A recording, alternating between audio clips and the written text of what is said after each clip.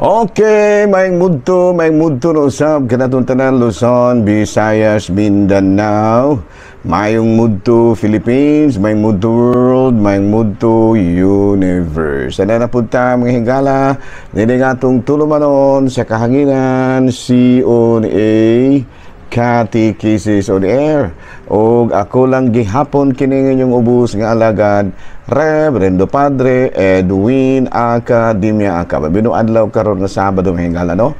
Pizza 25 na kini sa bulan sa Oktobre, no? Bago pa lang yung nahuman mahigala nga mong BEC Assembly diri sa Yungod, no? Maayo mahigala. Kaya padayon man yung higala, kaya naman yung hapit naman good mahuman nga kining among mga termino sa among mga assignments diri sa Dumaguete. Muna nga amo nang gi-wind up ang tanan nga mga programa. Muna nga we are now on the finalization sa tanan nga mga programa sa parokya. Muna nga maghimo na pud may og PPOA sa umaabot nga termino sa bagong mupari nga mupuli namo. So muna nga kami pod mga outgoing kura paroko naning kamot pod mi nga makuha na gyud ang BEC kay para sa sunod nga kura paroko medyo kuana concentrate na lang siya sa pagpalambo. No muna nga gipahimo gid mi og PPOA para sa iyaon ang pag-follow up na pod sa mga programa. Ingon niya na dili man lagi na mahimo mga higala nga kana bang dili man na mahimo manghigala nga kuan kanang maghimo na pud siya bag-o. Ang style gyud ani manghigala mao nga kuan na gyud kanang unsingala ani kana bang magkuan sila kanang mo follow up na lang ang bag-ong kura paroko. So dili mahimo nga maghimo na pud siya bag-o niya kanang kalimtan na pud tong gihimo katong gisugdan sa iyahang kanang yang gipulihan ba. So muna nga aron nga duna gyud continue kana bang continuity sa programa muna nga duna gyud PPOA aron maura ba apong sundon. Ana no? Nala no padayon ta manghigala sa ato ang mga buhatono ni ining kamudtuhon. Naboy no? Arita manghigala sa ato ang CBCP News, Balitang Simbahan ni ining kamudtuhon. Diocese of Borongan, Samar, pinaagi sa ilang obispo nga mao si Bishop Crispin Barquez, mi pakanaog karon og usa ka kamanduan nga naghatag sa mga PWD og mga miyembro sa LGBTQ community nga makapangalagad diha sa parokya, particularmente sa lay ministry. Sama pananglit sa Extraordinary Minister of the Holy Eucharist, bahi mong usa ka lektor o uban pa nga mga pamaagi usab sa pagpangalagad. So muna nga gihimo kini aron nga matagaan gyud og kahigayunan ang tanan nga mga miyembro sa parokya nga makahimo gyud usab og pagpangalagad. Balita manghigala gikan sa Vatican, Holy See, nagkanayon, when development loses sight of people, it descends into crisis. Buti pasabot manghigala nga sa nagkalain-lain nga mga kalambuan sa usa ka lugar, kinahanglan nga ang kuhaan gyud og baseline o ang kanabitawong basihanan mao gyud ang kaayuhan sa katawhan. Dili mahimo nga dili nato na kuhaag base kay basinon niya kun matud pa diri sa ilahang sa ilaha bitaw pod nga kana bang panahom murag mapaingon hinuon sa problema. Mo grabe hinuon ang problema kung simba ko lang ang mga nanagdumala ang gitanaw maura gyud ang lain nga aspeto, wala na matutuki ang kabahin sa tao. Ana no? Sa mga kadto mga higala, mga balitang simbahan ni ining kamudtuhon ug arita mga higala sa ato nga Saint of the Day, no? Ang ato nga santo karong adlaw mga higala, no? Mayroon ang atong Saint of the Day karon, sigon diri sa ato nga listahan mao si Santa Ana, no? Dili si Santa Ana. Dili si Santa Ana mga higala. Sigon diri sa listahan nato si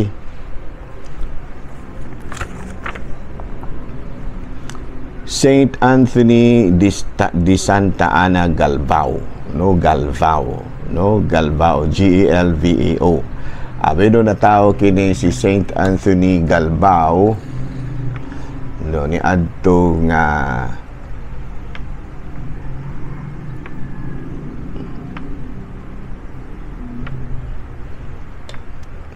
ara higala naglisod ko sa akong microphone, no?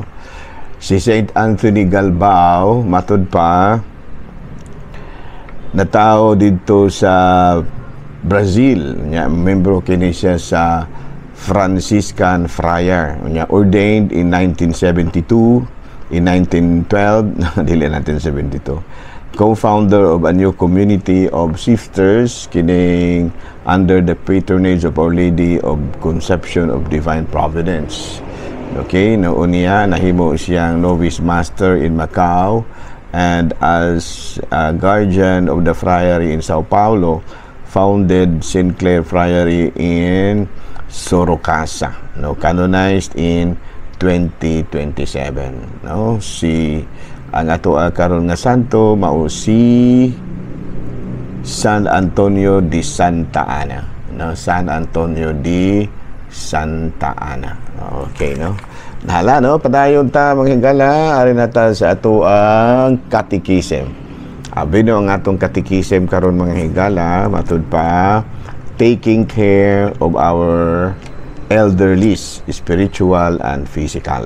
Oh, sa ato pa, emotional and spiritual and emotional care for our elderly, ato mga senior citizens ba. So there are dunay mga pamaagi unsaon ba nato mahigala unsa may atong buhaton alang sa spiritual care and emotional care for our elderly. Number one is respect their belief. Dili nato supak-supakon ba. Acknowledge and respect the elders' individual, spiritual and cultural belief, practices and practices, no? Individual, spiritual and cultural belief and practices. Ito pa dili nato ang taon supak-supakon ba. Kay mo patigulang na ato pa pong ang ilahang panghuna-huna ato pa pud nga sumpakion mura og dili maayo. Muna nga respetuhan lang nato, ha, ayaw kay pud in taon og ipa ipag-ila na imuhang ka-bright din ako ng imong giatubang usa ka kining gitawag sa English og elderly, no. Ayaw pud og ingon nga imo pong i-impose ng imong ka-bright din, ha. Ayaw, no. O niya, number 2, offer companionship. Offer companionship, no.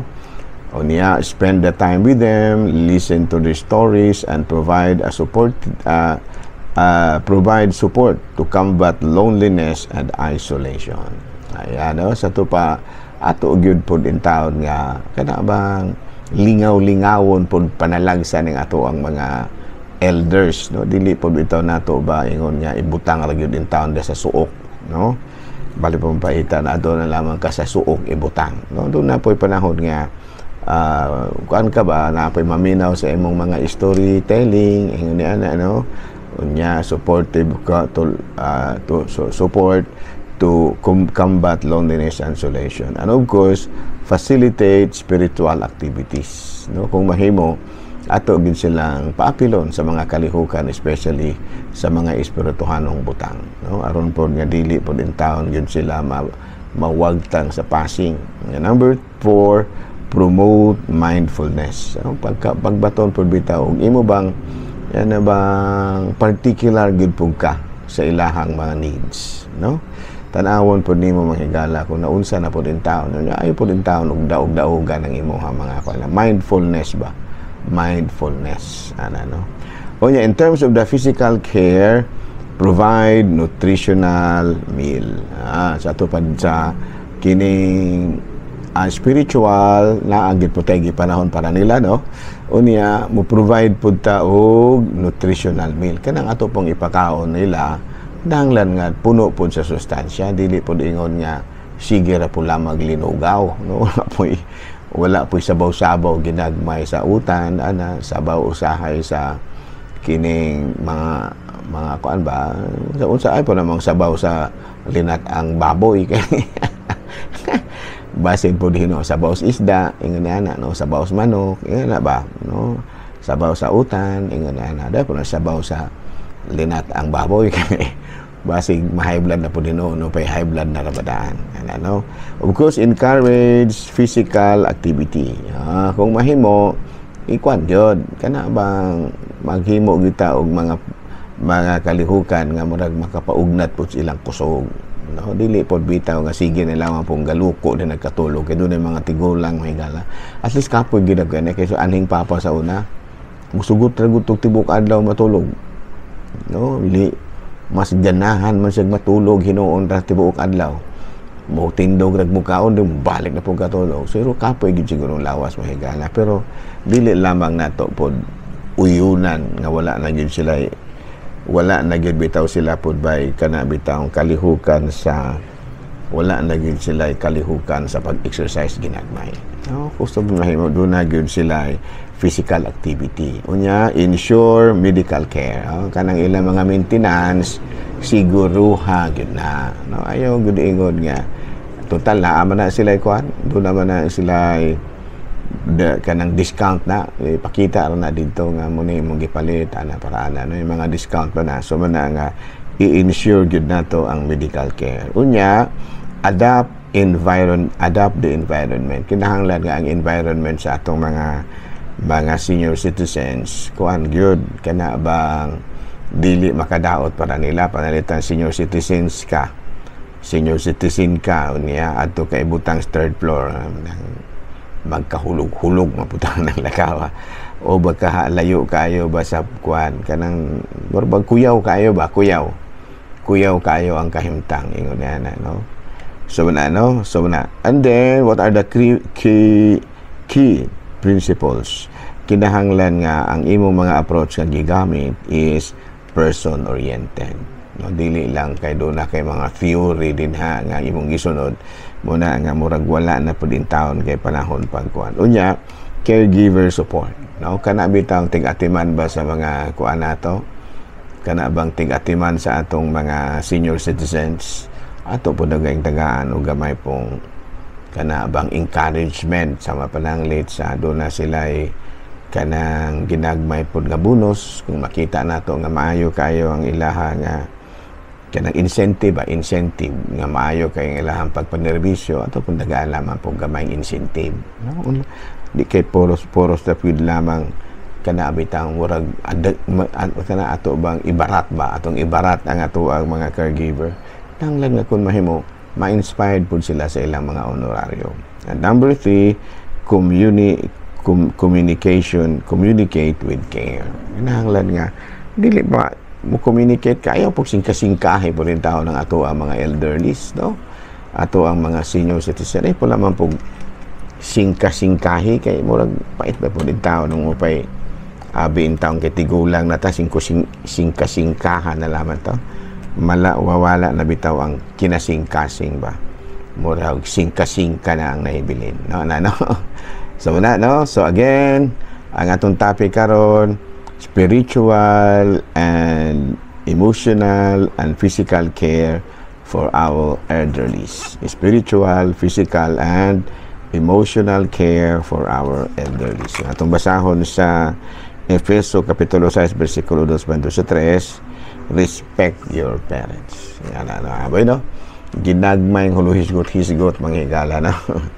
Kinibitaw ganina pagpaniudto namo may nahisgutan kini bitang atong mga senador nga gipangkihan na no ingon na ako mga sakop nga wa mo sila matagbaw pa dahil kay paminaw na mo murag dako biday gayud sila amo pila sweldo og kuan mahigala ug takabalo ana nila pila sweldo og kining mga senador kining mga congressman no pero nagduda gyud nga dako gyud ang sweldo no murag dili ginaingon nga ubos na silang sweldo dagko gyud na silang sweldo pero ang problema lang is mura o gikulangan pa sila kaya nga naman di apa man yun sila yung mga laing income mayon ta kung income ra mga higala nga dili illegal ang uban illegal man no muna nga ato lang yung iampo por bitaw no atong mga lawmakers no atong mga mayores ato ang mga gobernadores no kay usahay mura o kulangan ra sila sa ilahang honorarium kulangan ra ba muna nga naning kamot pag yun taon pagbuhat og dili mao para ra gyud taon nga makakuan so muna no muna nga iampo ginato na ako tig-ampo mo jud ko mahigala no kanang matimpong sa dili pa magsugod akong misa diri Siaton magkuan ba Siaton sa ayungon magkuan gyud ko magampo gyud ko para ana nila kay dili baya sayo ning ilahang trabaho kun may gala sa atong mga politiko. No, kay lahi biya pod ang pananaw sa mga tao nato, mga politiko. Ang mga tao nato murag moingon nga dako bitaw po na sila sweldo di atong sigiag pangayo. Ayaw po din tao na ba murag okay ra man na mga ita pero mag-abusar na po lamang ta. Ang abuses magudaan na mo dili maayo. Kanang mo mangayo ta og financial aid sa ato ang mga politiko mo di man siguro na daotan pero kung ato nang abusaran kana bang bisag makaya ra nato adto pagyapon ta mangayo murag di na madala mao dila mao na no abi no padayon ta mangigala ato dahil nga timbayaon og may mudto sa mga atong talahorong obispo Bishop Julito B. Cortez, station manager nato si Father Ram, no, yang mga kora paroko may gala diri sa may katedral si Monsignor Robert si Father apelyido Monsignor Robert Bungguyan. Monsignor Robert Bungguyan. Ako na yung pangumusta na yung hingala, no, sa ako ang commission, no, akong Commission on Migrants and Itinerant People. Of course, sila si Los Estrelianes, no? Si Yuyong, siya ang magtiayon nga si Mike. Hindi nga man sa daghan pa nila mahigala, no? Naghinaot ta mahigala nga okay ra gyud, wala ray problema kabahin sa aton pagpangalagad dinhi sa Commission on Mission and Migrants. Ayan, no? Bino dinhi na lang sa siguro takuto mahigala ha. Salamat kayo inyong pagpatalingog nako ha. Unya sa ako na ginaingon pasensya na og mo ni ato pong hitsura in taon kay kini nga atong hitsura para naman jud unta ni dili man ni para pang radyo ni mga hitsura nato pero saon man nga si Father Ram mo jud iyang gusto nga makuang yun kanang bitang ma-expose pod may ba lamo ang hitsura o nga mo ang mga mensahe no?